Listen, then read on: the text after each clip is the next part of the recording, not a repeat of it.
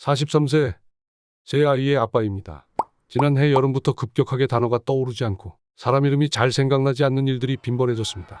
유아기 청소년기 시절 기억은 주위 사람들이 놀랄 정도로 기억하고 있는데 반년 전쯤부터 걱정될 정도로 하루 이틀 전 기억들이 잘 떠오르지 않습니다. 예를 든다면 영상 케이블을 구입해 놓고서 있고서 또 구입하고 난 뒤 한 주가 지나서야 중복 구입 사실을 깨달았습니다. 또 제가 어떤 분에게 전화번호를 직접 알려주고서는 그분이 연락 왔을 때 그 사실을 잊고선 도대체 이분이 내 연락처를 어떻게 알았지? 싶은 생각을 계속하기도 했으며 크고 작은 계획들도 깜빡하기 일쑤입니다.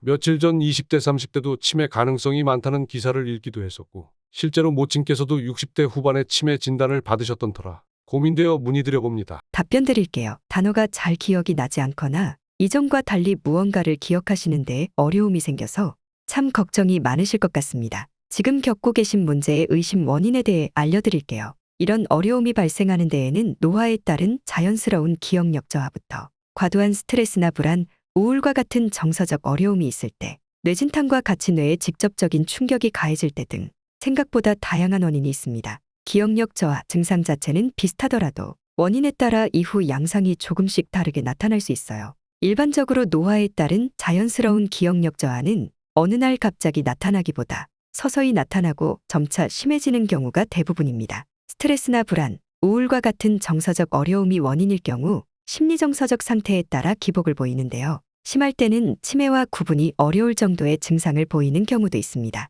뇌에 가해진 충격으로 인한 경우 뇌 손상의 위치와 정도에 따라 다르게 나타나는데 심한 경우가 아니라면 대부분 일시적인 기억력 문제를 보였다가 일정 기간 후 회복되는 양상을 보입니다. 기억과 관련한 어려움이 발생한 시기와 정도, 이후 진행 양상 등의 상세한 정보가 중요한데요. 혹시 과거에 넘어지셨거나 등의 이유로 뇌에 충격이 가해진 적이 있다면 즉시 전문의와의 상담을 통해 적절한 중재와 치료가 필요할 것 같습니다. 기억력 저하가 무조건 치매 때문인 것은 아닙니다. 그러나 치매의 주요 증상 중 하나로 기억력에 관한 문제가 나타나기도 하기 때문에 치매에 대해 잠시 설명을 드리도록 할게요. 치매는 원인 질환에 따라 그 증상이 매우 다양합니다. 치매의 가장 흔한 종류인 알츠하이머형 치매에서 보이는 대표적인 증상은 다음과 같아요. 기억장애는 가장 초기에 나타나는 증상입니다. 최근에 있었던 일의 내용을 자세하게 기억하지 못하는 최근 기억장애를 보입니다. 상대적으로 더 과거에 있었던 일의 기억은 잘 유지됩니다.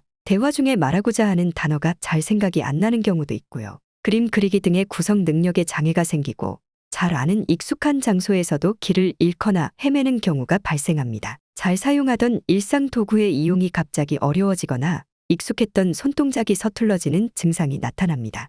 알츠하이머병이 점차 진행되면서 문제 해결, 추상적 사고가 힘들어지게 되면 판단력에도 장애가 나타납니다. 한편 알츠하이머형 치매는 노인성 질환입니다. 주로 65세 이상에서 발병하는데요. 젊은 치매를 의미하는 초록이 치매의 경우는 40대에서 50대 정도에 발병할 수 있습니다. 만약에 30, 40대 연령층이나 혹은 더 젊은 연령대에서 인지기능 저하가 나타난다면 우울증과 같은 기분장애나 혹은 불안신경증 등으로 인한 기억 문제일 가능성이 높아요. 진료를 통한 원인 확인이 선행되어야 합니다. 즉 자신의 삶에서 불안, 긴장 지수가 알게 모르게 높아지는 과정에서 기억력 감퇴나 인지기능 저하 증상들이 나타나는 것인지 아니면 정말 초록이 치매 등의 다른 질환에 의한 것인지에 대해서는 전문의 진료가 반드시 있어야 합니다. 치매 증상과 진단에 관한 내용을 위쪽의 카드로 띄워드릴 테니까요. 한번 확인해 보시면 도움이 될 것 같습니다. 앱스토어에서 실비아를 검색해 보세요. 치매 없는 건강한 삶.